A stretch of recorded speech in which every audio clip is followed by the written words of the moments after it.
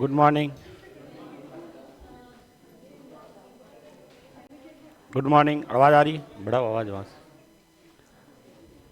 आवाज़ आ रही है। नेक्स्ट देखो, इसमें सांख्यिकी वाले में कोई डाउट बताओ। सांख्यिकी केंद्रीय प्रवृत्ति के माप।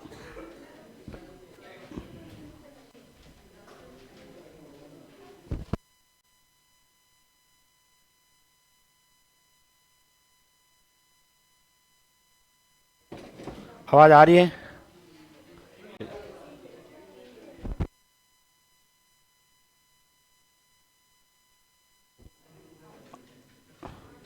सांख्यिकी के अंदर क्वेश्चन नंबर 1 स्टैटिक्स के अंदर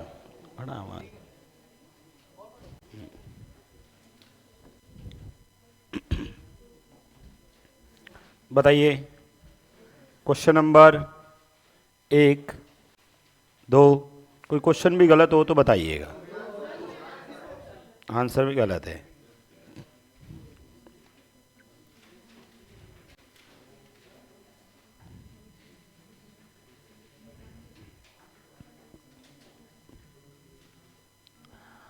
आंसर इसका क्या आ रहा है? आंसर क्या आ रहा है इसका? आपका आंसर क्या आ रहा है? 3.28। ठीक है, लिख दो। ऑप्शन ऑप्शन चेंज करें, ऑप्शन चेंज करें। क्वेश्चन को वही रहने दो, ऑप्शन चेंज कर लेते हैं। क्वेश्चन नंबर 2 में ऑप्शंस जो लिखे हुए हैं उसमें लिखें, पहला ऑप्शंस क्या है? तो इसको लिख दो 1.14। एक लिखा है ना, 0.14, 1.14। 2 नंबर ऑप्शन में क्या लिखा है?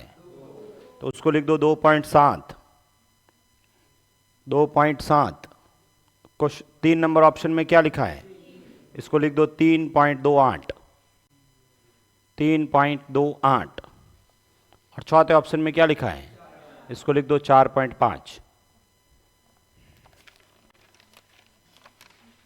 और पीछे आंसर की में पीछे स्क्रीन ऑन है? नहीं है, पता ही नहीं तुम्हें। ठीक है, ऑप्शन सही कर लेना। ओके, या तो प्रश्न में सी एफ लिखा है ना, या एफ लिखते उसके हिसाब से करते, फिर अपन ने क्वेश्चन में ऑप्शन ही चेंज कर दीजिएगा। ठीक है, तो क्वेश्चन नंबर 3 के अंदर आंसर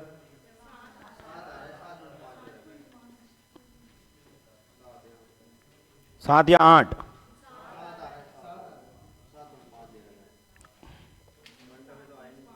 क्वेश्चन नंबर 3 का आंसर ऑप्शन क्या है? पॉइंट। पॉइंट तो ये ऑप्शन गलत कर दिए, इसमें सही लिखे हुए हैं 6, 5, 4 ऐसे ही। पहले तो बताओ क्वेश्चन में यही है ना, 5 x बराबर 5, 6, 7, 8 और 2, 3, 5, 10। ठीक है, तो सी एफ निकालेंगे 2 और 3, 5, 5 और 5 10 का आधा, 10 और 10 20, 20 का आधा, 10 से जस्ट बराबर या उससे, तो 7 आएगा। और क्वेश्चंस में सही कर लीजिए, इसमें 7 कर लीजिए। पहले ऑप्शन में 7 कर लो, फर्स्ट ऑप्शंस के अंदर 7 कर ले।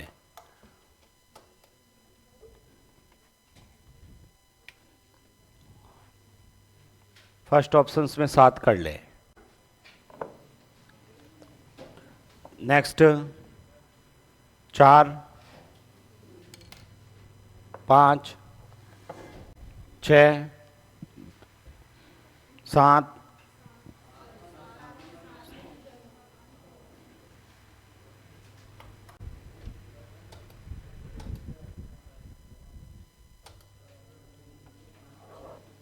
7 नंबर, ये सेम ही तो क्वेश्चन है ऊपर वाला। 7 में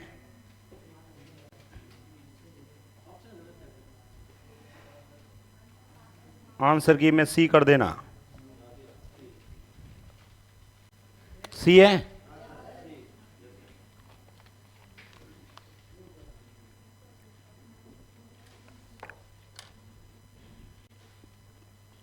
क्वेश्चन नंबर, वापस देखो ऑनलाइन जो पूछ रहे हैं, मैं क्वेश्चन नंबर एक सही था, एक में सही था ना, 2 नंबर में ऑप्शन सही कर देना, ठीक है।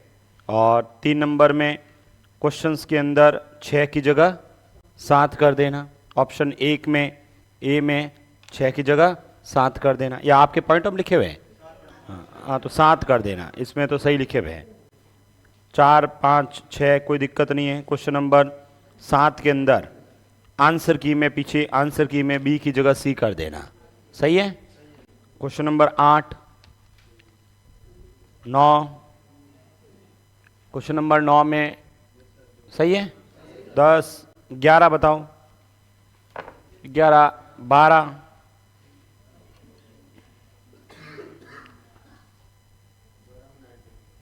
12 नंबर क्वेश्चन। 12 में क्या दिक्कत आई? 7 संख्याओं का माध्य 81 है, इनमें से एक संख्या निकाल दी जाए तो संख्याओं का माध्य 78 हो जाता है। तो बताओ निकाली गई संख्या कितनी होगी? पहले 7 को 81 से गुणा, 1 घटाएंगे तो 6, 6 को 78 से गुणा, अंतर कर देना, आंसर आ जाएगा 99। क्या दे रखा है? 99 ही है, ठीक है। 12, 13, 14, 15, 16, 17, 18, 19, 20, 21, 22, 23, 24, 25, 26, हाँ 20 नंबर। इसका माध्य एम है, 20 नंबर पूछ रहे हो, इसका माध्य कितना दे रखा है? अपन इसका माध्य निकाल सकते हैं। माध्य निकाल सकते हैं कैसे? जोड़ के संख्या का भाग दिया, आपने जोड़ा, भाग दिया, कितना आया बताओ?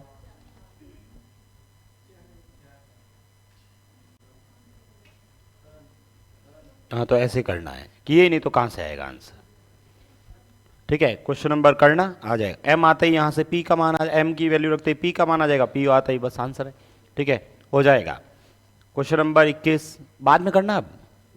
अब अगला देखो आप, 21, 22, 23, 24, 25, 26, 27, 28, 29, 30, 31, 32, 33, 34, 35, 36, 37, 38, 39, 40, 41, 42, 43, 44, 45, 46, 47, 48, 49, 50, 51, 52, 3, 4, 5, 6, 7, 8, 58 देखो,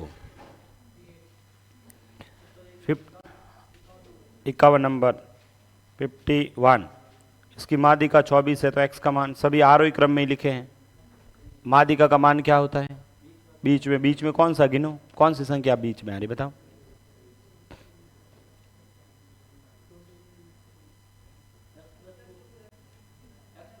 x+2 थोड़ी आ रहा है, x+2 और x+4 दोनों आ रहे हैं, तो आपका माध्यिका कितना हो जाएगी? x+2 + x+4/2 बराबर 24। 2 को उधर भेजोगे, सॉल्व कर देना, आंसर आ जाएगा। 30 का आंसर नहीं आ रहा। 30 नंबर क्वेश्चन, इस बंटन की माध्यिका नहीं आ रहा है, सबको आरोही क्रम में लिखना आ जाएगा 30 का। 43 नंबर, 43 नंबर 43, इसका समांतर माध्य 10 है तो x का मान, ऐसे कैसे पूछ रहे हो? 43 गलत है?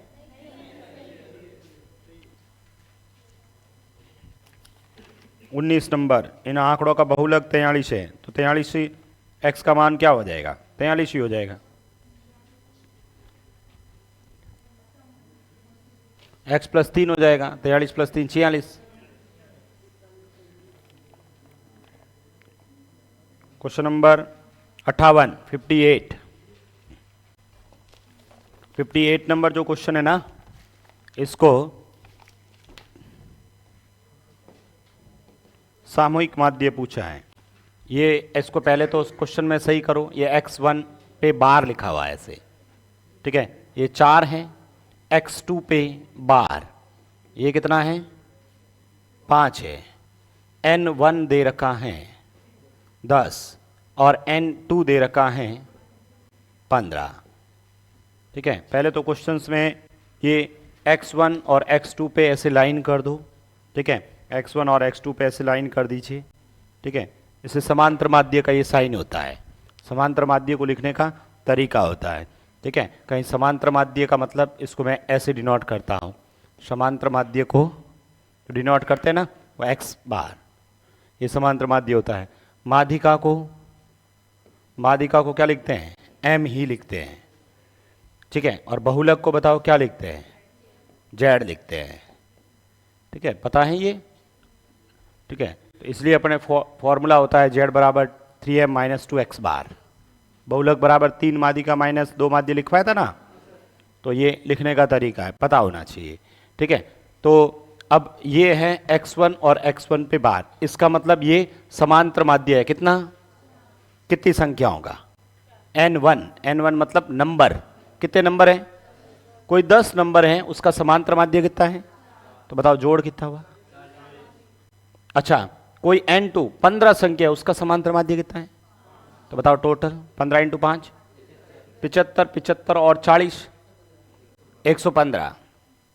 अब सामूहिक माध्य निकालना है, टोटल 115 और संख्या है बताओ 5 और 10 और 15, 25 में 25 का भाग दे दो किसमें 115 में, बताओ पहले कितनी बार जाएगा 4 बार, पीछे बचेंगे कितने 15, 15 के पीछे लगाए 0, बताओ 150 में 6 बार, आंसर 4.6 है क्या ऑप्शन। तो ये ठीक है, सामूहिक माध्य हो गया, ऐसे लिख दीजिए सामूहिक माध्य बराबर x1 bar into n1 plus x2 बार प्लस n2 और बट्टा में x1 n1 प्लस n2, ये फॉर्मूला बना दो ऐसे, तो ये हो जाएगा 4 × 10 प्लस का 5 × 15 और बट्टा में 10 प्लस 15, जोड़ेंगे इसको तो 115 बट्टा 25, आंसर 4.6। एक साथ माध्य बस, टोटल मीन।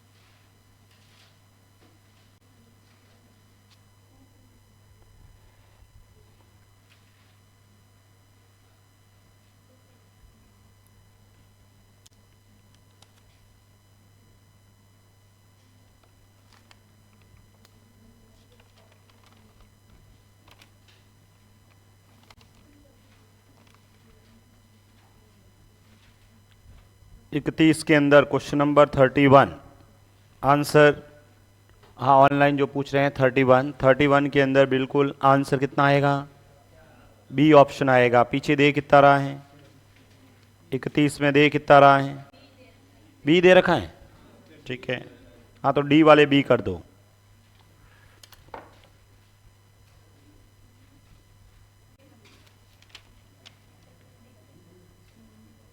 क्वेश्चन नंबर 10 जो पूछ रहे हैं ऑनलाइन करवा रखा है, ठीक है। किस समूह की संख्या का माध्य x बार प्रत्येक संख्या को लैम्डा से गुणा कर दिया जाए तो नया गुणा कर दो, आंसर आ जाएगा c, 10 का c आएगा, 10 का c, पीछे c तो दे रखा है, मल्टीपल हो जाएगा, करवाए ना।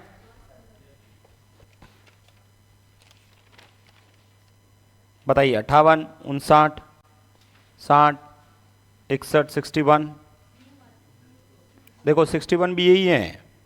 यदि संख्याओं x1, x2, x3 dot dot dot dot xn का समांतर माध्य कितना है x बार, तब संख्याओं a x1, ठीक है, b a, ये क्या a, अच्छा a x1 प्लस b है ना, comma a x2 plus b, a x3 plus b, a xn plus b का समांतर माध्य, जहां a b दोनों, सिंपल सी बात है। आपने ऊपर माध्य कितना था x1, हर संख्या को आपने किससे गुणा किया हर संख्या को a से गुणा किया ना तो माध्य भी a से गुणा हो जाएगा, तो a x1 बार हो जाएगा। फिर आपने हर संख्या में b जोड़ा था तो माध्य में भी b जुड़ जाएगा। तो answer a x1 bar plus b। कौन सा ऑप्शन? a x1, और ये हो जाएगा आपका b, डी ऑप्शन। पीछे क्या दे रखा है? डी दे रखा है। ठीक है, 61 के अंदर क्वेश्चन नंबर 61 में कुछ नहीं है, आपने हर संख्या को गुणा और जोड़ा है ना तो माध्य में भी ऐसा ही काम करना है। बताया था ना अभी, जो किसी ने पूछा था ये वाला कौन सा, 10 नंबर, सेम क्वेश्चन है, 10 नंबर भी वही है। हर संख्या को आपने लैम्डा से गुणा किया तो माध्य भी लैम्डा से गुणा हो जाएगा। 61 भी ऐसा ही है।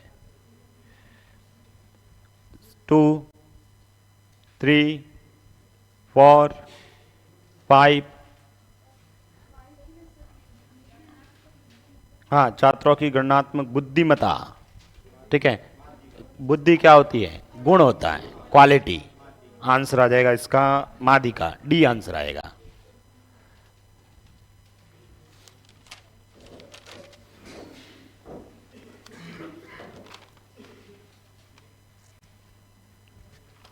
क्वेश्चन नंबर 66 किए थे कि नहीं किए थे? पूरे 100 तक? वैसे ज़्यादा समय लगा ही नहीं, छोटे छोटे ही क्वेश्चन थे। 66, 67, 68, 69, 70, 71, 72, 73। अच्छा, 73 में आंसर गलत है। क्या आ रहा आंसर 73 के अंदर? 73 आंसर डी दे रखा है, आएगा क्या? बी आएगा। सही है, बी।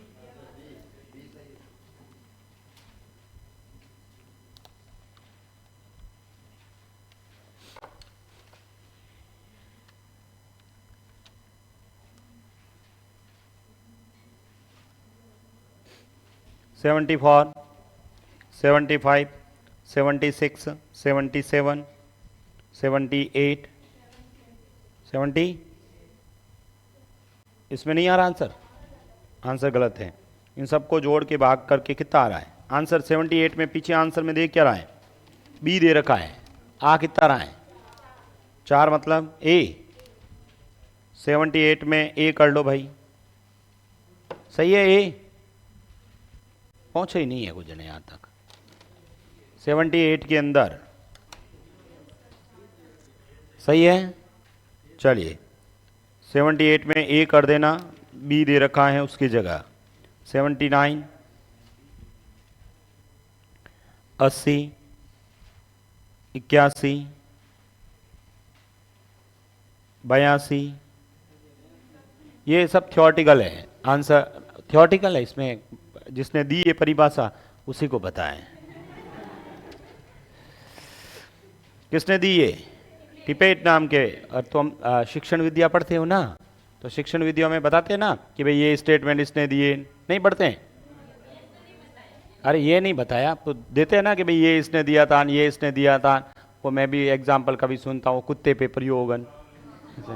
हाँ, तो वो किए तो उसने किए हैं, बस उसको हमें याद करना है, पता नहीं कहाँ काम आएंगे। ठीक है, 82 आंसर याद करिएगा, क्या था? टिपेट। 83 कोई दिक्कत नहीं है।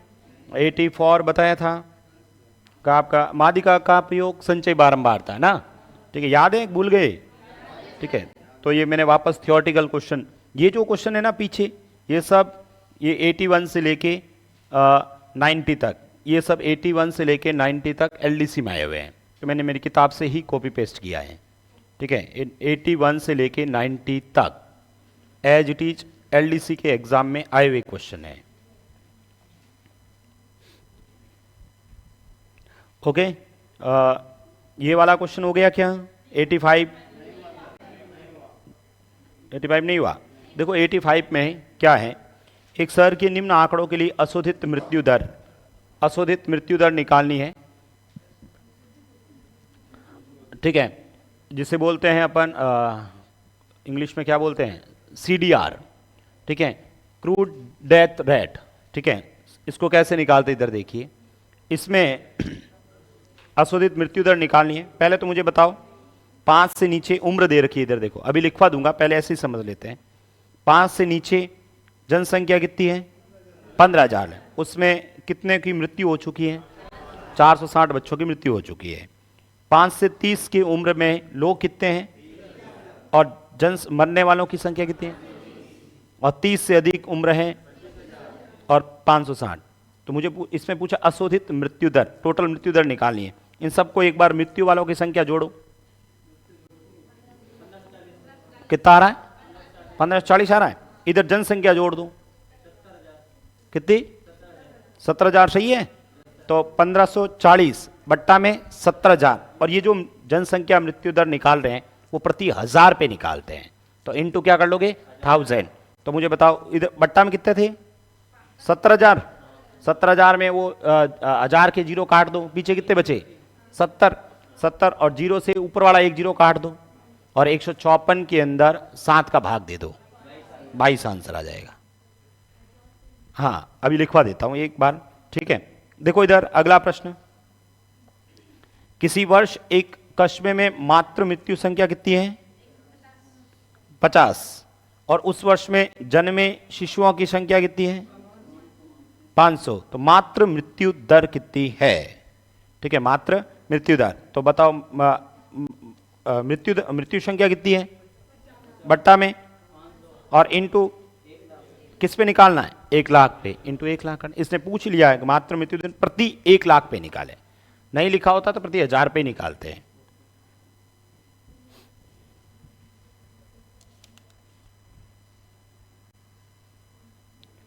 अभी लिखवा रहा हूं ये बात है ना, ठीक है।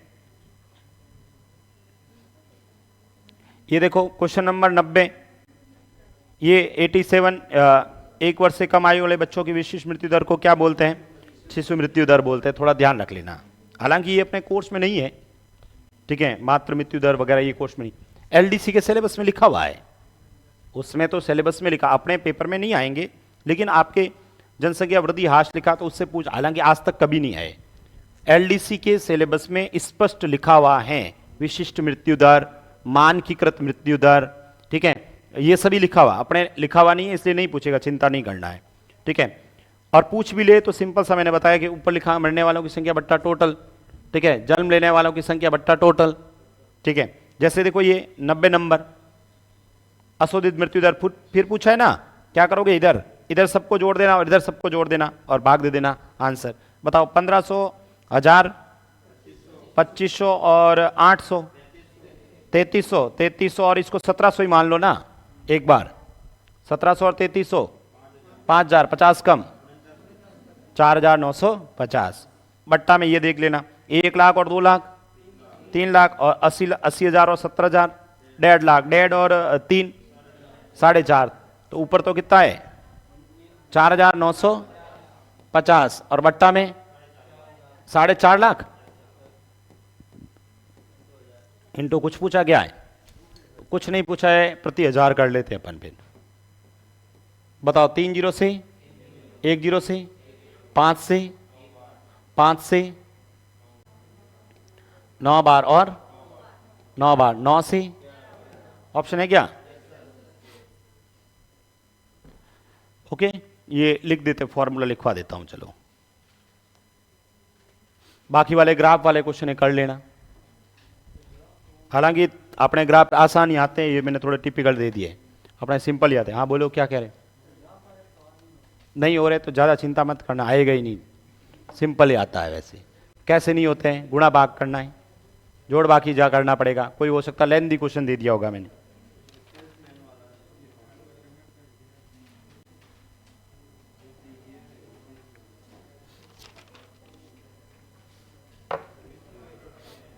नहीं हुए क्या? ग्राफ वाले किए थे किसी ने? हो रहे हैं? अभी चेक कर देंगे। इधर देखो, ये जो अशोधित मृत्यु दर है, अशोधित मृत्यु दर जिसे इंग्लिश में बोलते हैं CDR, क्रूड डेथ रेट, इसमें किसी वर्ष के दौरान मरने वालों की संख्या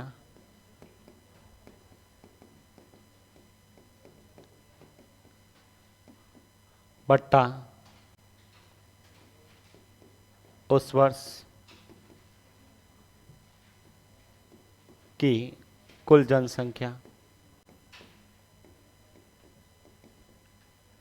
इंटू 1000।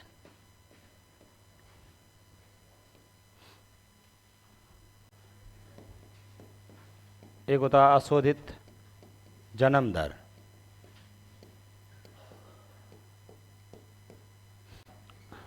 CBR, बर्थ रेट, इसको बोलते हैं क्रूड, CRUDE। ठीक है, सेम इसमें लिख देना किसी वर्ष के दौरान जन्म लेने वालों की संख्या बट्टा में उस वर्ष की कुल जनसंख्या इनटू 1000। सेम।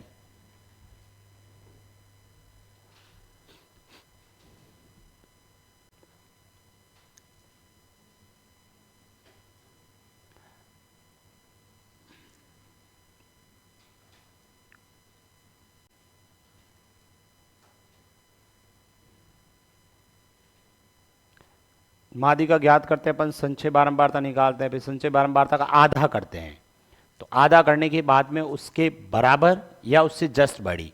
देखो बराबर में जैसे मान लो सम संख्या आ जाती है तो जस्ट आधा आता है तो वो एक एग्जैक्ट नंबर आता है, और विषम संख्या आती है तो अपन एक जोड़ के भी आधा कर सकते हैं।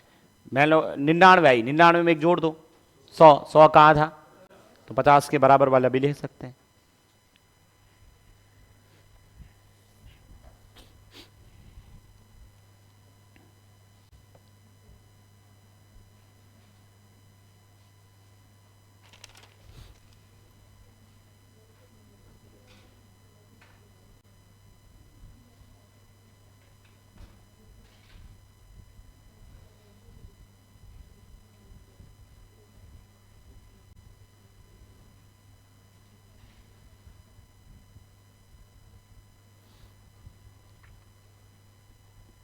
सिक्सटी 67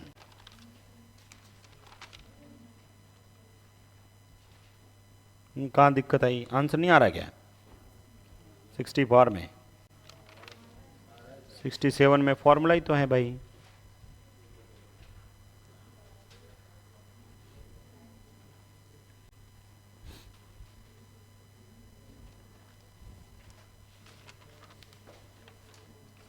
नेक्स्ट लिखो अब।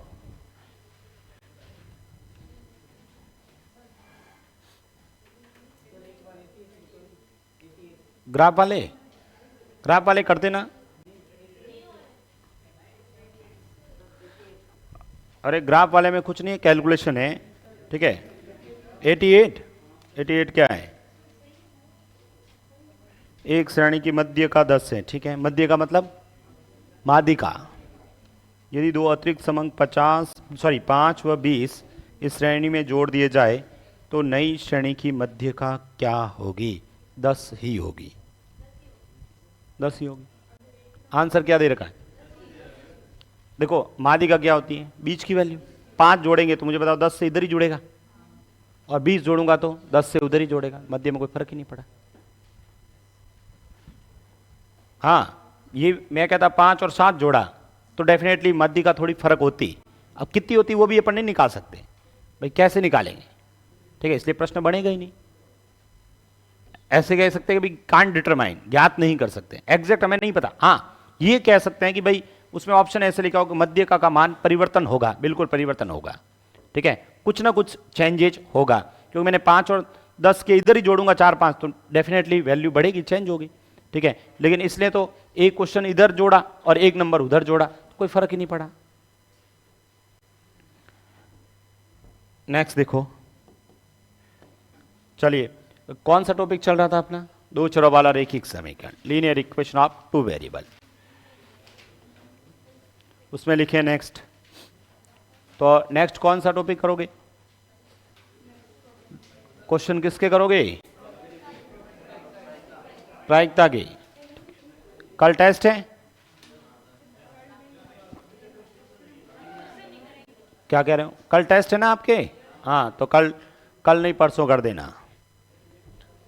कल टेस्ट की बढ़िया तैयारी करके आना। कल मेरी क्लास नहीं होगी, ठीक है? टेस्ट होगा ना कल, 2.5 घंटे का टेस्ट है, आपको पता तो है ना? अरे पता है? पता ही नहीं है? कल 2.5 घंटे का फुल लेंथ का टेस्ट है, ठीक है? तो उस टेस्ट को अच्छे से तैयारी करके आना, जो आपको सिलेबस बता रखा है, ठीक है? इसलिए कल मेरी क्लास नहीं होगी, ठीक है? तो सुबह हो सकता है आपकी रीट वालों की होगी, उसके बाद में टेस्ट होगा, या जो भी है वो मैंने टाइम टेबल देख लेना। इसलिए कल पूरा एक बार रिवीजन करके टेस्ट देना। परसों सभी प्रोबेबिलिटी के क्वेश्चन करोगे, ठीक है? प्रोबेबिलिटी के क्वेश्चन कितने? 50 होंगे शायद, 50 है ना? 25 क्वेश्चन करना। 25 कर लोगे? हाँ, ठीक है। पूरे कर सकते हैं, पूरे कर लेना, पर कम से कम 25 करना है, ठीक है? तो 2 दिन में उसको कर लेंगे, और आज अपन इसको दो छोरों वाला रैखिक समीकरण है उसको खत्म कर लेते हैं और द्विघात समीकरण शुरू कर लेते हैं। अब ज़्यादा दिन की बात नहीं है, 4-5 दिन का काम है। अपन पढ़ रहे थे दो छोरों वाला रैखिक समीकरण, उसके अंदर एक कंसेप्ट और बच गया था, समीकरण निकाय। इधर देखना, लिखना नहीं है अभी, पहले समझना। समीकरण निकाय,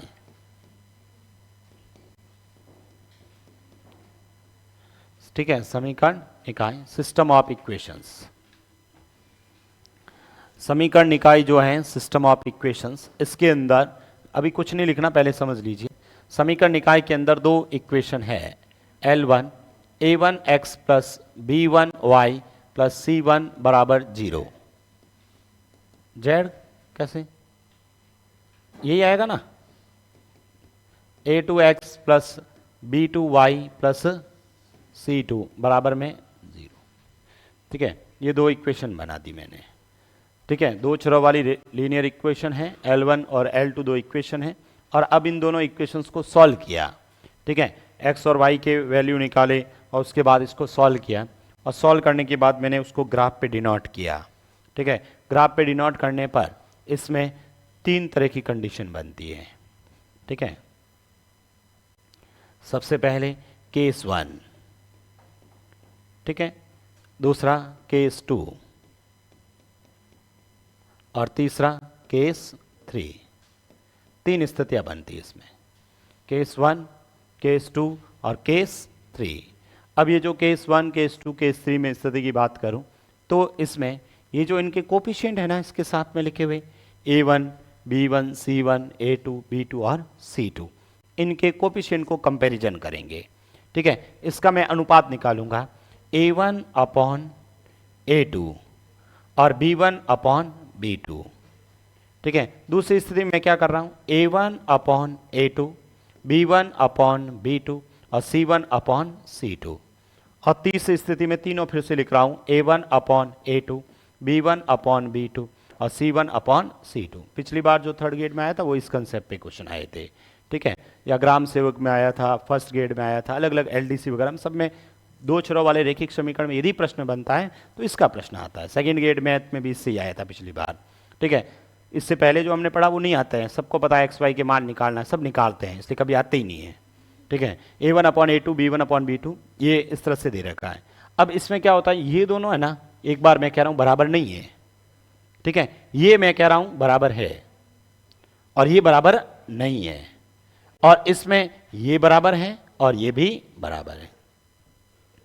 यहां तीनों बराबर हैं, यहां पहला दूसरा बराबर है, तीसरा बराबर नहीं है। इसमें पहला दूसरा बराबर नहीं है, तीसरा बराबर हो भी जाए नहीं भी हो कोई मतलब नहीं है, पहला दूसरा बराबर नहीं होना।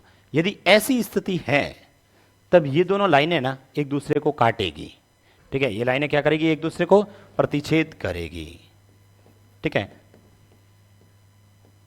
ये लाइनें क्या करेगी, प्रतिच्छेद करेगी। दूसरा, यदि ये दोनों बराबर हैं, ये ऐसा बराबर नहीं है, तो उस समय ये लाइनें क्या होगी, समांतर होगी, पैरेलल होगी। ये लाइनें समांतर होगी, पैरेलल होगी।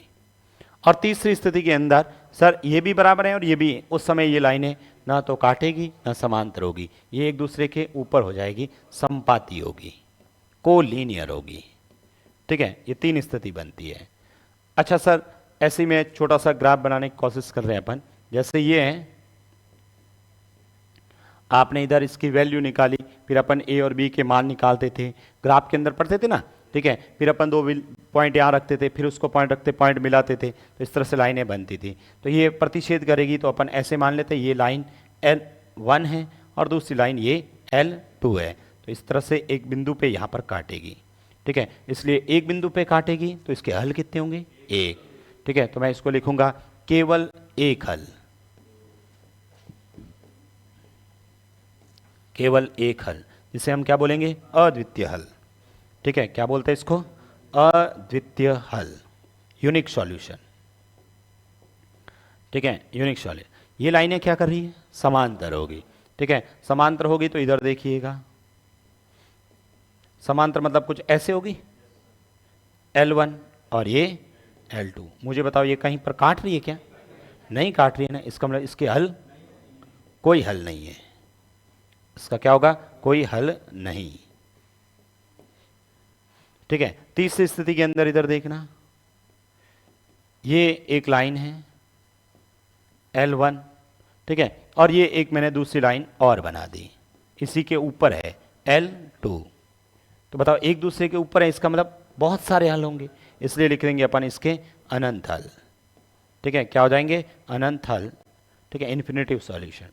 और जिस निकाय के, जिसके सॉल्यूशन होते हैं ना, उस निकाय को बोलते हैं हम संगत निकाय। क्या बोलते हैं इसको? संगत निकाय, कंसिस्टेंस। ये हल है ही नहीं ना, तो इसको क्या बोलेंगे? असंगत निकाय। क्या बोलेंगे इसको? असंगत निकाय। और इसके भी हल हैं, इसको संगत निकाय, ठीक है। इसको क्या बोलेंगे? संगत निकाय, ठीक है। तो ये तीन स्थिति ध्यान रखना है। इधर देखो लिख देना, सबसे पहले तो सर ये कंडीशन ध्यान रखनी है। अपन क्वेश्चन देखेंगे, उसमें देखेंगे कौन सी कंडीशन हो रही है। यदि ये कंडीशन हो रही है, पहला दूसरा बराबर नहीं है, तो उस समय क्या करेगी? लाइनें प्रतिच्छेद करेगी, ठीक है। प्रतिच्छेद करेगी तो बताओ इसके हल कितने होंगे? एक। और जिस सिस्टम के सॉल्यूशन होते हैं ना, उसको बोलते हैं संगत निकाय, कंसिस्टेंस सिस्टम, ठीक है। और ये दोनों लाइनें, ये यहां पर बराबर है, ये बराबर नहीं है, तो उसको हम क्या बोलेंगे? समांतर, पैरेलल, ठीक है। और जब पैरेलल होगा तो इसके कोई सॉल्यूशन नहीं होंगे, और जब सॉल्यूशन नहीं है तो इसको हम क्या बोलेंगे? ठीक है, असंगत निकाय, कंसिस्टेंस, ठीक है। इधर देखिए, यहां पर ये तीनों बराबर हैं, तो ये क्या है? संपाती है, कोलीनियर है। कोलीनियर है तो इसके सॉल्यूशन बहुत सारे होंगे, और ये निकाय क्या होगा? संगत निकाय। इधर देखना, क्वेश्चंस पढ़ रहा हूं, सुनना आंसर। अब यदि मैं पहले ये प्रश्न पढ़ता तो आप आंसर नहीं बता पाते, ठीक है। अब आप आंसर इसके बता दोगे। 9th की बुक के अंदर पहला ही प्रश्न ये है, जो आपकी सीट में भी मैंने पहला क्वेश्चन दिया है। क्वेश्चन लिखा, दो चरों वाले रैखिक समीकरण युग्म, दो चरों वाले रैखिक समीकरण युग्म संगत है। संगत है मतलब कौन से केस की बात कर रहे हैं अपन? फर्स्ट या फर्स्ट थर्ड की बात कर रहे हैं। तो इन समीकरणों द्वारा रिप्रेजेंटिंग लाइंस होगी, निरूपित रेखाएं होगी, ठीक है। ये इन समीकरणों द्वारा जो लाइनें होगी ना, वो कैसी होगी? ऑप्शंस, प्रतिच्छेद करेगी, ठीक है। ऑप्शन सुनना पूरे चारों, उसके बाद आंसर बोलना। प्रतिच्छेद करेगी। दूसरा ऑप्शन, समांतर होगी। समांतर होगी क्या? संगत में समांतर, ये सर ऑप्शन तो कट गया है। तीसरा ऑप्शन, हमेशा संपाती होगी। और चौथा ऑप्शन, प्रतिच्छेद करेगी या संपाती होगी। आंसर क्या होगा? चौथा, ठीक है। तो ये इस टाइप से क्वेश्चंस पूछ लिए जाते हैं, ठीक है। आगे जैसे बहुत सारे क्वेश्चन हैं, इन समीकरण के द्वारा कितने हल होंगे? एक होंगे, दो होंगे, कोई हल नहीं होगा। तो अपन कैसे निकालेंगे? वो सब कैलकुलेट करेंगे। लिख दो इसको।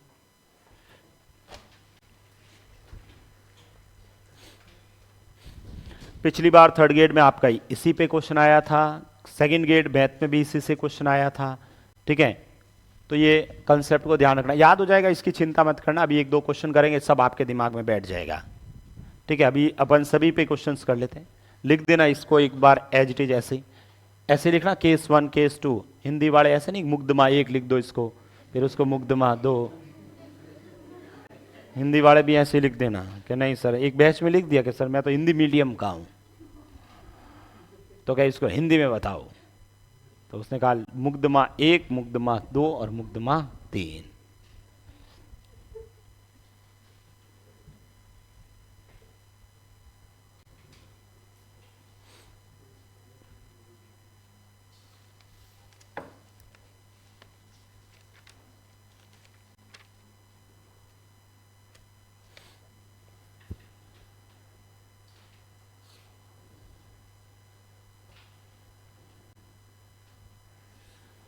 लिख दिया रमेश। मुकदमा 1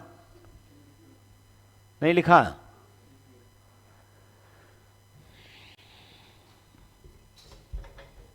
आप सबकी तैयारी कैसे चल रही है? पढ़ाई बढ़िया चल रही है? पढ़ाई वढ़ाई कर रहे हो ना? या समय नहीं मिलता है? टाइम कम मिलता होगा ना? और भी सामाजिक कार्य रहते हैं।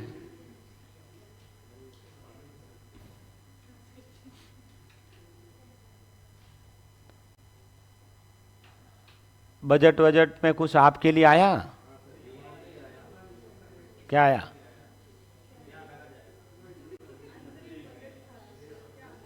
कुछ नहीं आया?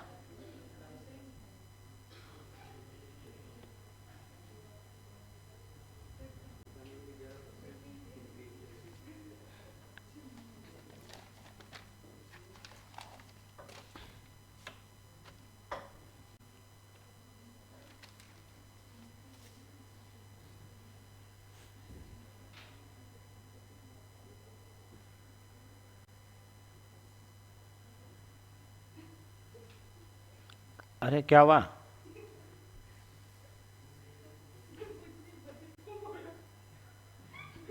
बजट में क्या हुआ?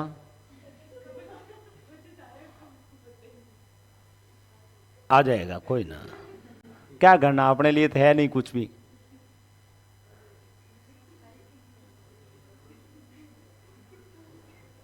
अपने ये याद रखना, संगत निकाय न असंगत निकाय न, ये काम आएगा। अपने टैक्स लगेगा ही नहीं, तिनका ही नहीं है, टैक्स टैक्स कहाँ लगेगा? हाँ।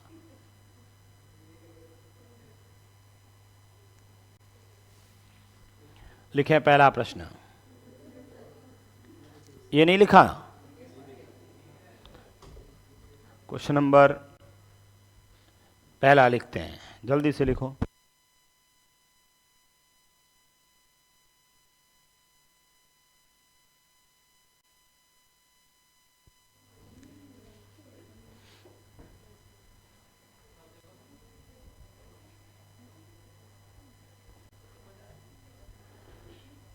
एक क्वेश्चन था कि सर कोर्स जब ज्वाइन किया तो शुरू से पढ़ें या साथ साथ ही पढ़ें? अब कोर्स खत्म हो रहा है।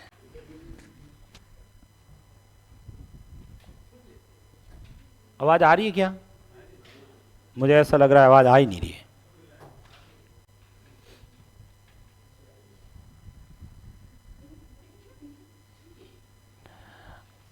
जैसे आपको ठीक लगे वैसे पढ़ लेना। अब कोर्स खत्म हो जाएगा तो बाद में आराम से पढ़ना।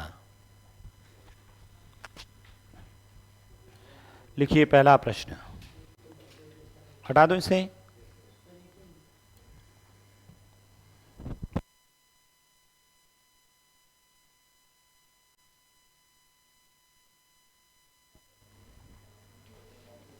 लिख दिया ये? लिखो पहला प्रश्न। लिखे समीकरण निकाय, समीकरण निकाय सिस्टम ऑफ इक्वेशन, समीकरण निकाय 2x प्लस का 3y, 2x प्लस का 3y प्लस ऑफ 5 बराबर 0 तथा, थोड़ी कम करो, तथा लिखना समीकरण निकाय 2x प्लस 3y प्लस 5 बराबर 0 तथा 4x plus 6y minus of 7 बराबर 0 द्वारा निरूपित रेखाएं होगी। द्वारा निरूपित रेखाएं होगी। करे सॉल्व।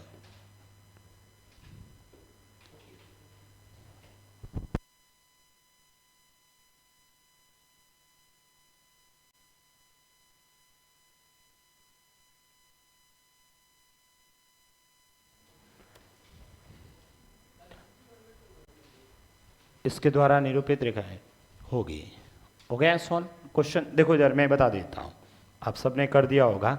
सबसे पहले देखिए इधर ये जो दो लाइनें ना, आपको कुछ नहीं करना, इनके कोफिशिएंट को देखना, इनके कोफिशिएंट को। बताओ यहां पर कितना है, बस लिख देना, यहां यहां बस ये लिखना। इसके बट्टा में x के साथ यहां क्या है, ये लो, यहां क्या है, और इधर -7 है, क्या है, -7 है।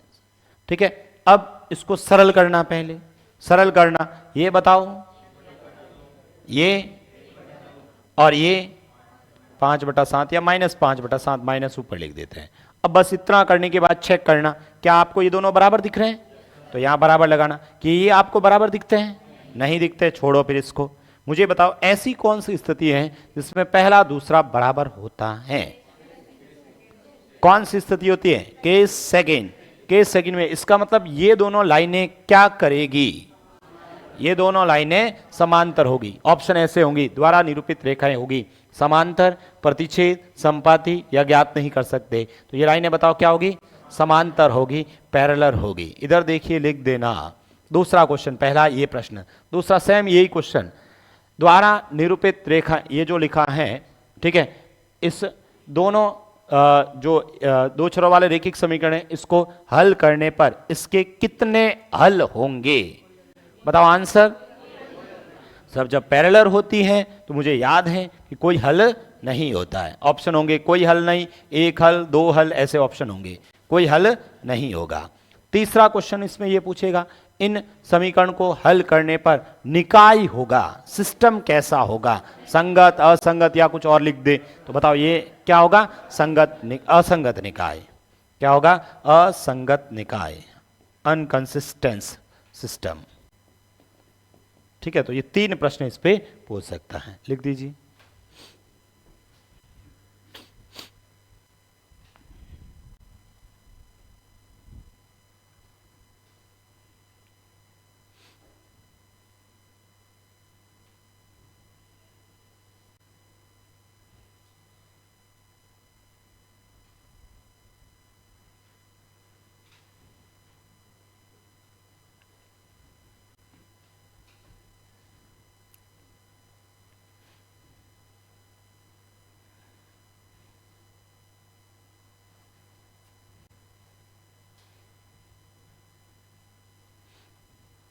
लिखें क्वेश्चन वापस, समीकरण निकाय, एक क्वेश्चन और लिख देते हैं, समीकरण निकाय लिखें, हटा दो इसे, ये लिखा आपने समीकरण निकाय, समीकरण निकाय, ठीक है, 3x माइनस का 4y माइनस का 4y प्लस का 5 बराबर 0 तथा तथा तथा और कोई संख्या लिख दी मैंने, तथा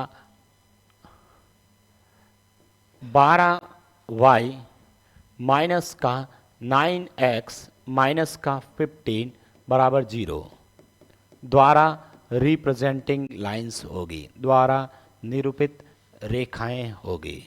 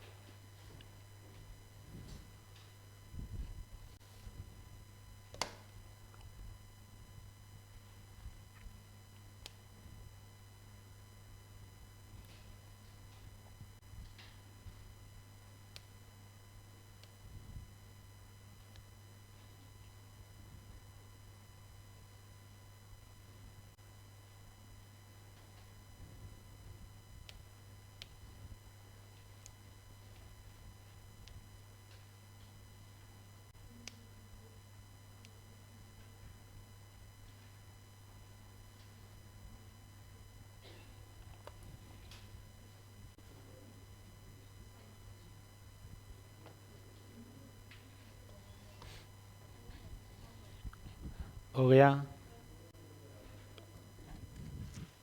किस किसने किया है, कितना, क्या है आंसर,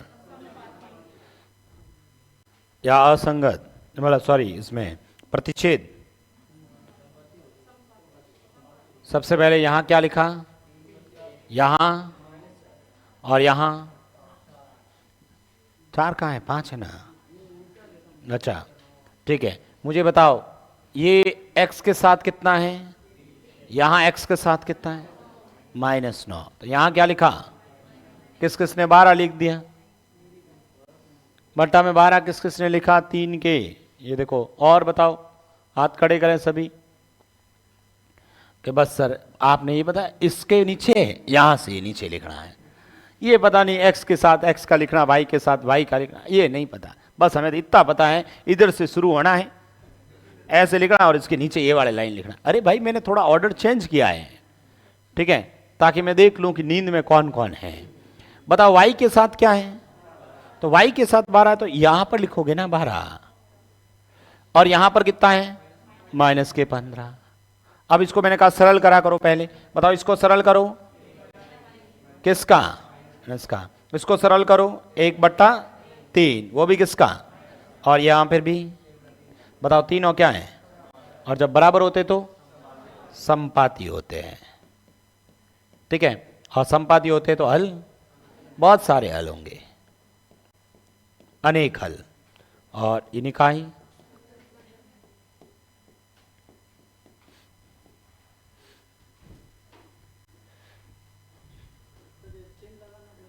कौन सा चिन्ह, वो तो लेना ही है ना, माइनस के 4 हैं तो -4 ही लूंगा ना, साइन नहीं लगाया तो क्या हुआ, गलत हो गया,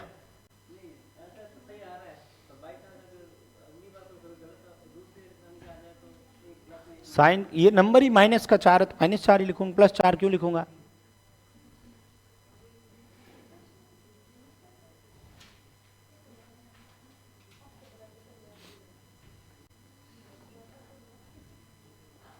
बहुत दिनों बाद बेरोजगार दुखी आत्मा का कमेंट आया है,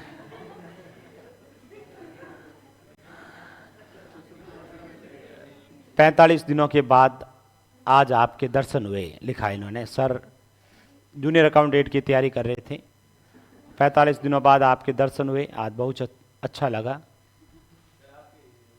अब वापस क्लास ज्वाइन करूंगा तब तक कोर्स खत्म हो चुका होगा, मैथ्स में 25 में से 20+ सही करके आऊँगा। चलो बहुत बढ़िया बात है, आराम से हो जाएंगे यदि बढ़िया 45 दिन जम के मेहनत की है आपने तो। लिखो नेक्स्ट, जूनियर अकाउंटेंट का एग्ज़ाम है ना, कब है, 11 फरवरी को।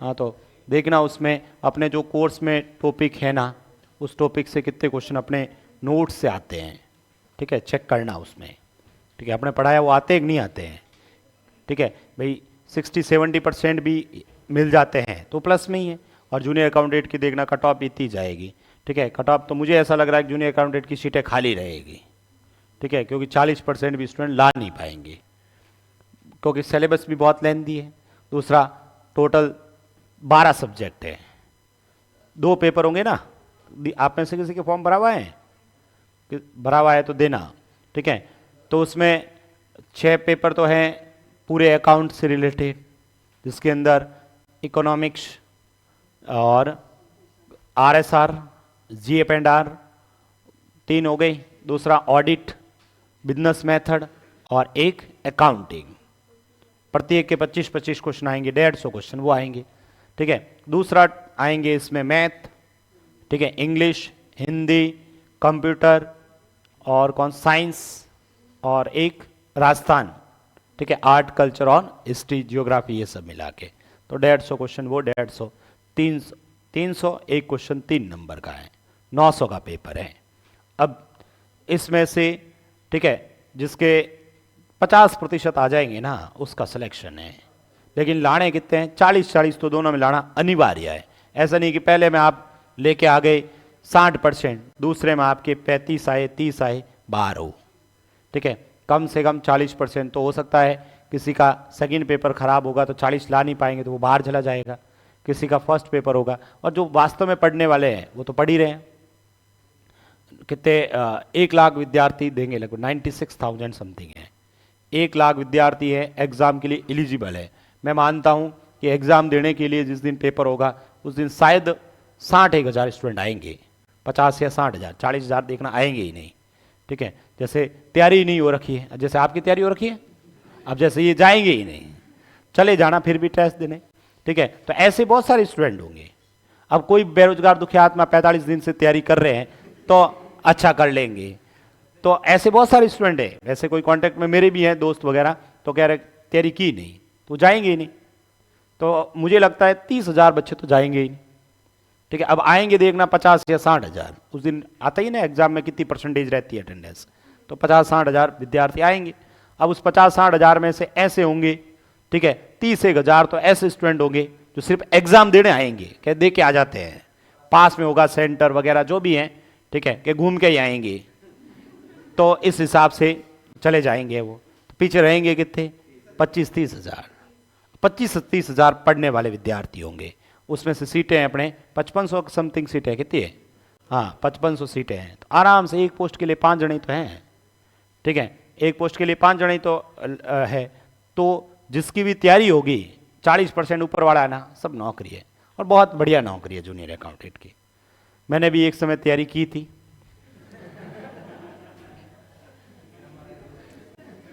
पर मेरे किस्मत इसी में थे, इसलिए मेरा वहाँ सिलेक्शन हुआ ही नहीं था। ठीक है, मैंने खुद ने भी जूनियर अकाउंटेंट, और मैंने जो जूनियर अकाउंटेंट की तैयारी की थी ना, उस समय वास्तव में मैंने तैयारी की थी, मतलब, और लगभग जैसे इन्होंने कहा ना 45 दिन, तो लगभग मुझे भी 45 या 60 दिन मैंने तैयारी की थी सिर्फ। और जिस सब्जेक्ट को मैंने कभी नहीं पढ़ा जिंदगी में ही, उन सब्जेक्ट को पढ़ा। और वहाँ एक ये मैंने कहा ना अभी RSR होता है, भाई ये जो 6 टॉपिक है ना, 6 टॉपिक तो मैंने कभी इंजीनियरिंग भी नहीं पढ़े थे, ऐसी किताबें थी। ठीक है, इस RSR एंड GF&R होता है। ठीक है, मतलब RSR राजस्थान सर्विस रूल्स, जब आप नौकरी लग जाओगे ना तो आपको एक सर्विस बुक मिलती है, बताया होगा सर ने कभी।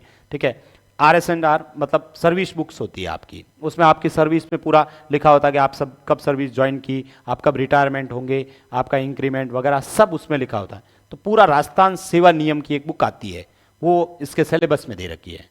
25 क्वेश्चन आते हैं, ठीक है, और इसके भी 25 आते हैं, मतलब थ्योरी वाला है पूरा, सब नियम याद करना। जैसे अनुच्छेद याद करते हैं ना, वैसे उसके नियम है भी, अनुच्छेद नियम 1 में ये होता है, नियम 2 में ये होता है, नियम 3 में ये होता है, ऐसे बहुत सारे नियम हैं।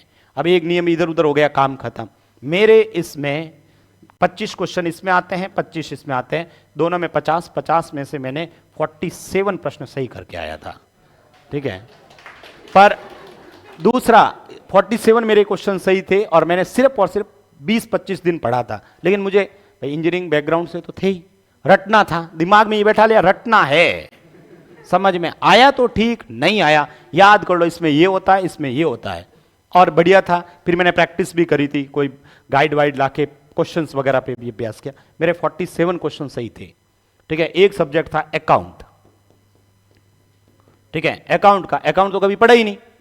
ठीक है, डेबिट क्या होता है, क्रेडिट क्या होता है, पता ही नहीं। ठीक है, इस 25 क्वेश्चन इसके थे। मैंने जब तैयारी की ना तो छोड़ के ही गया, मैंने कहा अपने 25 करने ही नहीं है, एक भी क्वेश्चन नहीं किया मैंने, 25 के 25 छोड़े। ठीक है, मुझे भाई पढ़ के ही नहीं गया, तो मैंने कहा रिस्क नहीं लेना है। किसी ने कहा कि आप तो बस 40-50% लेके आओगे सिलेक्शन हो जाएगा। ठीक है, तो मैंने कहा अपने को जरूरी थोड़ी है, अपने को 40% नंबर लेके आना है ना, तो पूरा थोड़ी पढ़ के जाना है। मैंने अकाउंट पढ़ के ही नहीं गया, कोई क्या पढ़ तो ले कुछ भी आएगा, नहीं। फिर भी मैंने क्या किया, मैंने कहा क्वेश्चन तो पढ़ते हैं, 25 है क्या पता कोई जीवन में कभी सुना हुआ है। मैंने 5 घोड़े भरी दिए, 3 घोड़े अपने सही हो गए। ठीक है, 2 घोड़े गए। तो उसके बाद में आता है ऑडिट, BM बिजनेस मेथड, और एक होता है इकोनॉमिक्स। तो ऑडिट BM भी थ्योरेटिकल थे, तो 25 क्वेश्चन में शायद मुझे लगता है 13, 14, 12 ऐसे क्वेश्चन सही थे। ठीक है, इकोनॉमिक्स इतना कम ही समझ में आता था। ठीक है, बट फिर भी मेरे साथ 8-10 क्वेश्चन इसके भी सही थे, ऐसे करके बढ़िया बन गए थे, मतलब। ठीक है, तो कुल मिला के लगभग 90 क्वेश्चन बैठ गए थे, तो 50% तो ही गया, 60% हो गया। ठीक है, 150 में से 90 समथिंग बैठ गए, क्योंकि मैं 50 समथिंग तो इधर ही बैठ गया, 10-10 इसमें भी ले लिए थे। ठीक है भाई, इसके भी 12-13 क्वेश्चन इसके थे, बिजनेस मेथड आसान होता है। ठीक है, 17-18 क्वेश्चन इसके थे, 30 क्वेश्चन ये हो जाएंगे, 50-80 इसमें भी थे, इसमें भी थे, ऐसे करके लगभग मुझे शायद 57 या 58% बन रहे थे, मैं उस समय निकाले थे। ठीक है, 50। दूसरा पेपर था मैथ्स, बढ़िया थी अपनी। ठीक है, तो मैथ्स में अपन कॉन्फिडेंस था कि पूरा कर लेंगे। ठीक है, फिर भी बाई मिस्टेक मेरा, मुझे अभी भी याद है, कोई वो व्युत्क्रम पूछा था, मैंने गलत लिख दिया और वो मेरा एक क्वेश्चन गलत हुआ था। ठीक है, मतलब उसमें लिखा था दो संख्याओं का योग 35 है, दो संख्याओं का योग 12 था और दो संख्याओं का गुणनफल 35 है। ठीक है, तो इनके व्युत्क्रमों का योग कितना होगा? ठीक है, तो दो संख्याओं का योग मतलब x प्लस वाई कितना है? 12। ठीक है, और इनका गुणा एक्स वाई बराबर कितना है? 35। ठीक है, तो भाई दो संख्याएं ऐसी कौन सी है? वैसे भी डायरेक्ट भी कर सकते थे, 5 और 7, और ये 3 इंटू 5 इंटू 7।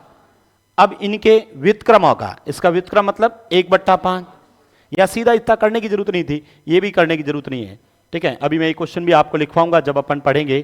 ठीक है, बेसिक फॉर्मूले वाले उसमें। अब मुझे बताओ, उसने पूछा इनके व्युत्क्रमों का योग कितना होगा? पहले तो मुझे बताओ, x का व्युत्क्रम 1/x, y का व्युत्क्रम 1/y। ठीक है, इसका योग पूछा, बताओ एलसीएम एक्स वाई, ऊपर x plus y, x plus y का मान 12 और इसका 35। मैंने करके आ गया था शायद 35/12। ठीक है, या पूछा था शायद उसके व्युत्क्रमों का, ऑप्शन 12/35 और 35/12 था, मैंने गलत करके आया था। ठीक है, तो एक क्वेश्चन ये मेरा गलत हो गया था। ठीक है, मुझे अभी भी याद है ये क्वेश्चन, सेम आप पेपर उठा के देख लेना, 2015 वाला जूनियर अकाउंट, उसमें यही लिखा हुआ है 12 और 35। ठीक है, और जो क्वेश्चन गलत होता है वो ज़्यादा याद रहता है अपने को। तो ऐसे करके मैं, फिर आता है कंप्यूटर, कंप्यूटर में भी ठीक ठाक कर लिया था मैंने। ठीक है, राजस्थान जी के मेरे को नहीं आता था, तो राजस्थान जी के मेरे, ठीक है, शायद 8 या 9 क्वेश्चन ही सही हुए थे, बड़ी मुश्किल से पढ़ के गया, कुछ और ही आया। ठीक है, इजी था अपने लिए, हार्ड था। दूसरा और कौन सा था? हिंदी, हिंदी ठीक ठाक है, हो जाती है। इंग्लिश मेरा बढ़िया था। ठीक है, इंग्लिश में मतलब मैथ्स और इंग्लिश मेरा बढ़िया था, अब खराब हो गया, बात अलग है। ठीक है, हाँ, तो क्या करें? कोचिंग, हाँ, इंग्लिश की कोचिंग की हुई है, बढ़िया। ठीक है, साल 1.5 साल इंग्लिश ही पढ़ते थे, तो ऐसे करके मेरे उस समय 58% बन रहे थे ओवरऑल। ठीक है, पर किस्मत ही खराब थी, पेपर आउट। ठीक है, मैंने सोचा अपन तो अपनी नौकरी लग जाएगी अब, और बाद में जूनियर अकाउंटेंट का ही। दूसरी बार में तैयारी हुई नहीं। ठीक है, तो मेरा भी उस समय ये हो जाता, और मैंने उस समय ये जो तैयारी की थी ना, मैंने अपनी वास्तविक तैयारी की थी, मतलब उस समय कुछ भी नहीं, सुबह से शाम तक पढ़ना, मतलब पढ़ना है।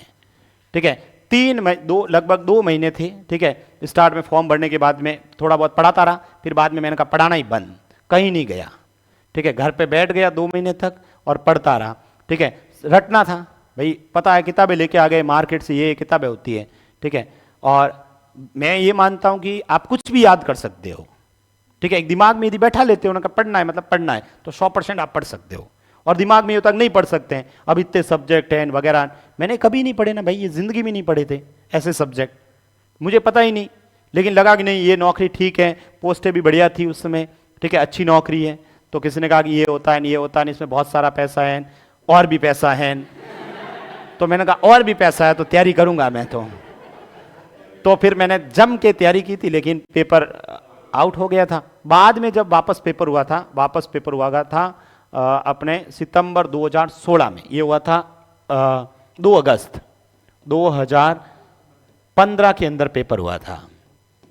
ठीक है, उसके बाद में वापस 2-3 महीने बाद पेपर को इसको रद्द कर दिया गया कि वापस एग्जाम होगा। वापस हुआ था सितंबर या अक्टूबर में, मुझे पता नहीं अब। ठीक है, 2016 के अंदर हुआ था। तब मैं 1 अगस्त को तो उत्कर्ष आ गया था मैं 2016 में, और उत्कर्ष में आने के बाद वापस कभी तैयारी हुई ही नहीं। ठीक है, क्योंकि सब दिन क्लास हैं। ठीक है, तो सोचा था पैसा बहुत मिलेगा, पैसा मिलने लग गया, तो फिर मैंने कहा नहीं, ठीक है, अपने को तो मेन तो वही काम था, तो फिर मैंने तैयारी छोड़ दी। एक जो अब सितंबर के अंदर जो पेपर हुआ था ना, बहुत डिफिकल्ट पेपर आया। मुझे याद है कि ये जो 47 क्वेश्चन में करके आया ना, इस पेपर में गया ना, मुश्किल से मुझे लगता 4 या 5 प्रश्न सही हुए अपने। ठीक है, 4 या 5 प्रश्न ही सही, क्यों भूल गए सब? और वापस भाई फिर एग्जाम देने वो गया, ऐसे गया था वो 90,000 में से पीछे 30,000 लोग हैं ना, उस तरह से गया था मैं। ठीक है, बस जोधपुर सेंटर आया हुआ था। ठीक है, बीच में ब्रेक मिला हुआ था उस दिन का, मैं क्लास लेने आऊंगा नहीं, मैं घूम के आ जाते अपने। ठीक है, जाके आया, वहां बैठा रहा। मैंने कहा मैथ करते हैं अपन तो आराम से। मैथ के क्वेश्चन किए थे बढ़िया आराम से, लंबी लंबी विधि से किए थे, बैठ बैठ, टाइम ही टाइम था। ठीक है, तो ऐसे करके अपने बाद में एक भी कुछ भी सही नहीं हुआ और अपना अत्ता पता। दूसरा पेपर भी बहुत लेवल का आया था, वास्तव में ये पेपर इजी था, ये पेपर डिफिकल्ट लेवल का था। ठीक है, डिफिकल्ट लेवल का था, और जिसमें लोग कह रहे थे कि भाई कट ऑफ 40% पास, कट ऑफ गई 70%। ठीक है, 70% कट ऑफ गई थी। अब जो सोच रहे थे अपने 40% लेके आएंगे पास हो जाएंगे, पता ही नहीं चला होगा हमको, तो पेपर का लेवल भी था। हो सकता है कट ऑफ ज्यादा जाने का और भी कारण हो सकते हैं, हो सकता है किसी के पास पहले ही पहुंच गया हो। तो कुल मिला के यदि तैयारी करें ना तो सिलेक्शन हो सकता है। इस बार मैं एलिजिबल था ही नहीं, इसलिए एलिजिबल नहीं था क्योंकि मैंने सीटी का एग्जाम नहीं दिया था। ठीक है, सीटी का एग्जाम वाले को ही एलिजिबल किया था इसमें। सीटी का एग्जाम यदि इसमें मेरे दिया हुआ होता तो मैं जरूर इसकी तैयारी करता। अगस्त में सीटी और आएगी, हाँ, तो इस बार सीटी दूंगा मैं।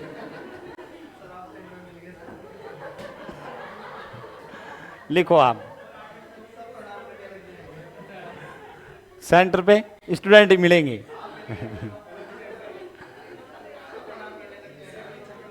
तो इस बार सीटी का एग्जाम देने जरूर जाऊंगा मैं। लिखो क्वेश्चन। एक बार मैं पटवारी मेंस का पेपर देने गया था। ठीक है, पता ये 2015 के बाद मैंने कोई एग्जाम नहीं दिए थे। 2015 में पटवारी का एग्जाम हुआ था, आपने को पता हो तो। ठीक है, प्री और मेंस हुआ था उस समय। प्री के अंदर मैथ और रीजनिंग के 60 क्वेश्चन आए थे, तो अपना तो काम वहीं बैठ गया। ठीक है, मैथ रीजनिंग के 60 क्वेश्चन थे, तो पास होने के लिए इतने ही नंबर चाहिए, तो अपन मैथ रीजनिंग बढ़िया कर लिया। थोड़ा बहुत जीके में याद था ही, ये मंदिर कहाँ है, वो मंदिर कहाँ है। ठीक है, तो थोड़ा बहुत देवताओं का पता ही था, तो ऐसे करके कर दिया। ये नदी कहाँ चलती है, ये थोड़ा बहुत आइडिया रहता ही है, चला दिया नदी, ऐसे करके प्री पास कर दिया हमने। तो फिर मेरा सेंटर प्री के लिए तो बाड़मेर सेंटर था, मेंस के लिए एक ही सेंटर था, जयपुर या अजमेर। मेरा जयपुर था। अब जयपुर गया, ये मेंस का एग्ज़ाम ये भी 2015 में ही हुआ ना मेंस। प्री मेंस 16 में था, हाँ, तो उस समय तब मैं उत्कर्षी था। फिर तब मैंने कहा प्री पास हुए मेंस दे के आ ही जाते अपने, क्या है। ठीक है, तो पेपर बहुत लेवल का था, तो बस ट्रेन में गया ना, तब स्टूडेंट ही मिले कि सर आप भी। मैं कहा हाँ। मैंने कहा मैं तो आज ऐसे घूमने जा रहा हूँ जयपुर। हाँ, तो सर आप ऐसे रेल में बैठे बैठे पढ़ क्या रहे हो। मैं ऐसे ही मैगजीन पढ़ रहा हूँ, करंट की मैगजीन पढ़ रहा हूँ, क्यों करंट आने वाला था उसमें ना। ठीक है, तो मैं देख के आया था एग्जाम, मेरा नहीं हुआ था उसमें, इसलिए मेरा किसी भी एग्जाम में पास नहीं हुआ हूं मैं। सिर्फ प्री पास हुए जरूर, और जिसमें पास होने था उसका पेपर ही आउट था, इसलिए उसके बाद मैंने तैयारी छोड़ दी। लिखो आप क्वेश्चन। क्वेश्चन लिखे समीकरण निकाय। तो कुल मिला के तैयारी करना चाहिए आपको, सिलेक्शन हो जाता है। ठीक है, समीकरण निकाय, और कोई लिख देते हैं समीकरण निकाय 2x प्लस का 3y प्लस का 8 बराबर 0 तथा 3x, ठीक है, माइनस का 4y बराबर प्लस द्वारा निरूपित रेखाएं होगी। द्वारा निरूपित रेखाएं होगी।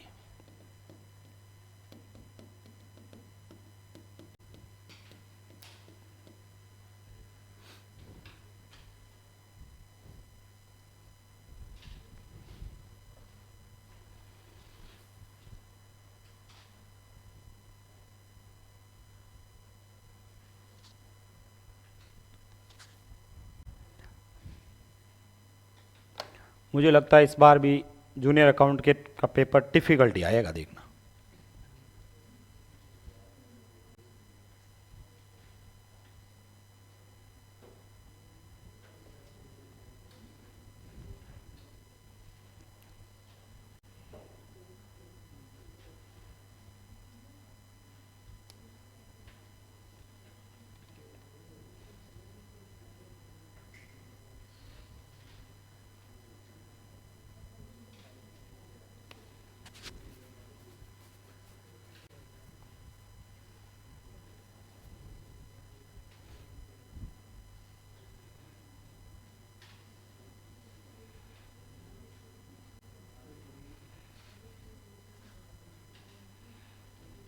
कितना आया, मतलब क्या आएगा आंसर बताइए। सबसे पहले 2 3 8, यहां पर बट्टा में 3, यहाँ -4 और इधर 7, ये दोनों बराबर कटेंगे नहीं, ये सरल होंगे ही नहीं, बराबर नहीं है। ठीक है, ये बराबर, ये भी बराबर नहीं है। वैसे ये दोनों बराबर नहीं है, बताओ लाइनें प्रतिच्छेद करेगी। ठीक है, अच्छा प्रतिच्छेद करेगी तो बताओ हल कितने होंगे, केवल एक हल होगा। और संगत निकाय होगा,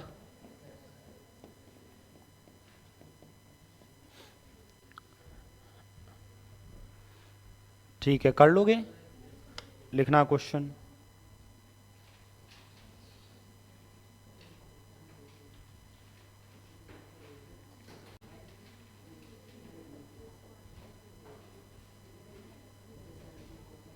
एक क्वेश्चन लिखते हैं,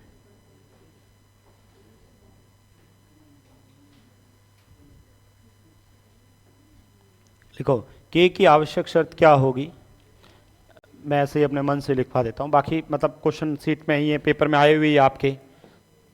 के की आवश्यक शर्त क्या होगी, जो थर्ड ग्रेड में भी ये क्वेश्चन आया था वही लिखवा देता हूँ। 1 मिनट लिखवा रहा हूँ। थर्ड ग्रेड में क्या आया था,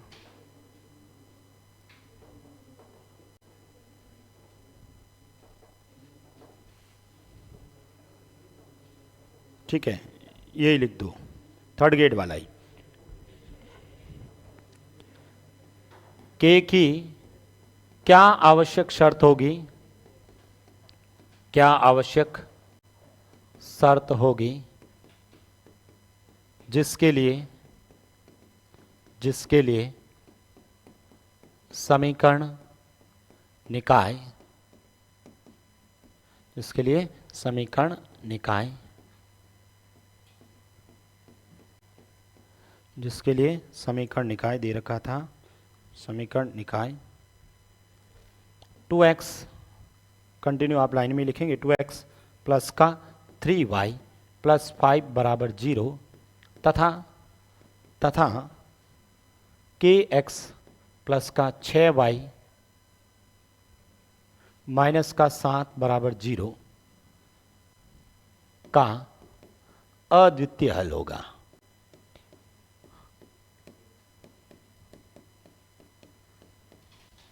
ऑप्शंस लिख देता हूं मैं।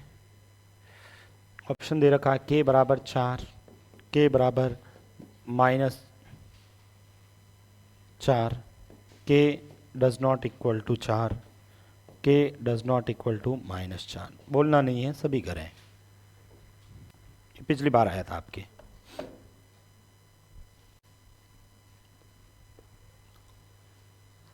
k की आवश्यक शर्त क्या होगी जिसके लिए इसका अद्वितीय हल होगा। पहले तो कोफिशिएंट लिखो, सबसे पहले इसके कोफिशिएंट लिखने का तरीका बताया था, उसके आधार पर उसको सरल करके देखो कौन सी स्थिति बनती है, अद्वितीय हल के लिए कौन सी स्थिति बनती है, क्योंकि अपना दे ही रखना अद्वितीय हल। पहले तो सबसे पहले रेशियो तीनों लिख दिया करें हमेशा।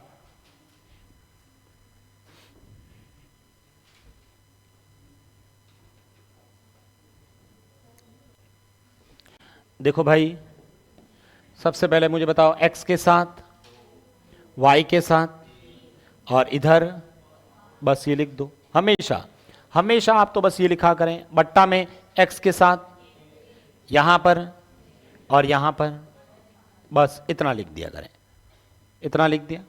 अब मुझे बताओ अपने को क्या चाहिए, अद्वितीय हल, यूनिक सॉल्यूशन। अब दिमाग में आना चाहिए कि अद्वितीय हल में कौन क्या होता था। अद्वितीय हल कौन सी, पहली कंडीशन, पहली कंडीशन में पहला दूसरा बराबर नहीं होना चाहिए, और दूसरे तीसरे के बारे में आपने कुछ कहा ही नहीं, छोड़ दो इसको, कोई मतलब ही नहीं अपने को। ठीक है, ये लिख दिया। अब बस इसको सॉल्व करना है, क्या करना है, इसको हल करना है। तो बताओ क्या लिखूं, 2/k बराबर नहीं है किसके, 3/6 के। बताओ 3 का पहाड़ा 6 में 2 बार, इसको इससे गुणा करो, k बराबर, k does not equal to 2 × 2, यानी k का मान 4 नहीं होना चाहिए। बस ये इसका आंसर था। मतलब k का मान 4 नहीं होना चाहिए, 4 के अलावा कुछ भी हो जाए, यदि 4 नहीं होगा ना तो फिर ये अद्वितीय हल होगा। क्यों? क्योंकि 4 होते ही, इधर देखो भाई, यदि ये k का मान 4 होता है तो एक बार यहां रखते हैं k का मान, इधर देखना 2/k, k का मान एक बार 4 हो जाए, रखो यहां पर 4 यहां रख दिया, तो बताओ 2/4 का सरल रूप, और इधर कितना है 3/6 सरल रूप, बताओ दोनों क्या हो गए, बराबर हो गए, तो ये तो संपाती हो जाएगा, सॉरी समांतर हो जाएगा। इसका मतलब k का मान 4 नहीं होना चाहिए, 4 के अलावा कुछ भी रख दो ना, ये लो 5 रख दिया, अपने आप बराबर नहीं होगा, ठीक है, 5 रख दो, 6 रख दो, -4 रख दो, कुछ भी रख दो, लेकिन k का मान 4 नहीं होना चाहिए, ये एक आवश्यक कंडीशन है। लिखो वापस। अब ये क्वेश्चन आपके 3rd ग्रेड में आया था पिछली बार, आसान था, कंडीशन याद स्टूडेंट को थी, बस इतना ही।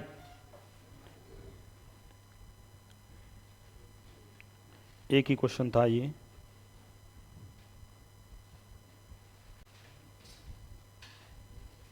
लिखो एक क्वेश्चन, k की आवश्यक शर्त क्या होगी, k की आवश्यक शर्त क्या होगी जिसके लिए समीकरण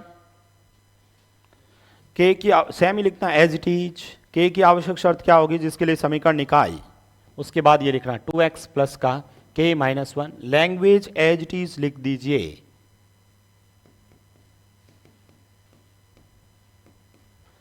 एज इट इज लैंग्वेज लिख दीजिए,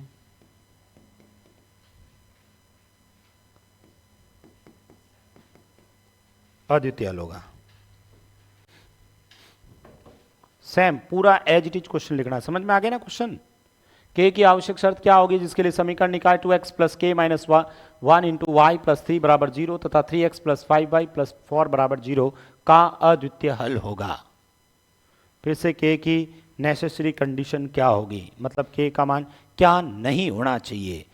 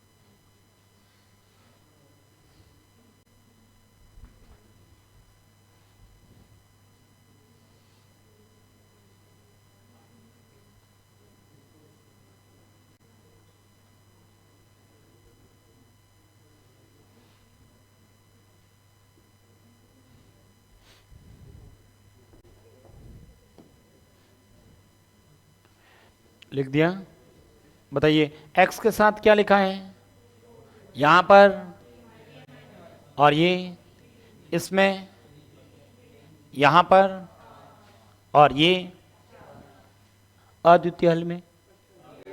सर ये दोनों बराबर नहीं होना चाहिए, इसका अपने को मतलब ही नहीं है, छोड़ दो इसको, बस इसको सॉल्व करना है, सिर्फ इसको सॉल्व। क्या करें, क्रॉस मल्टीपल, बताओ 5 3 सॉरी 5 2 10 बराबर नहीं है 3 के -3 के, सही है, -3 को उधर भेजो, 13 बराबर नहीं है 3 के, तो बताओ k का मान नहीं होना चाहिए 13/3। सर k का मान 13/3 नहीं होना चाहिए, इसके अलावा कुछ भी हो जाए काम बैठ जाएगा, ठीक है। बाकी अपन ब्रेक के बाद में 1-2 क्वेश्चन बच गए वो करेंगे और नया चैप्टर शुरू करेंगे, द्विघात समीकरण शुरू करेंगे। 2 ही टॉपिक बचे, द्विघात समीकरण और बहुपद से रिलेटेड, ठीक है। हाँ बीजगणित भी वैसे एक बार रीट में क्वेश्चन आया हुआ है, ठीक है, तो इसलिए बीजगणित भी पढ़ेंगे अपन थोड़ा सा बेसिक।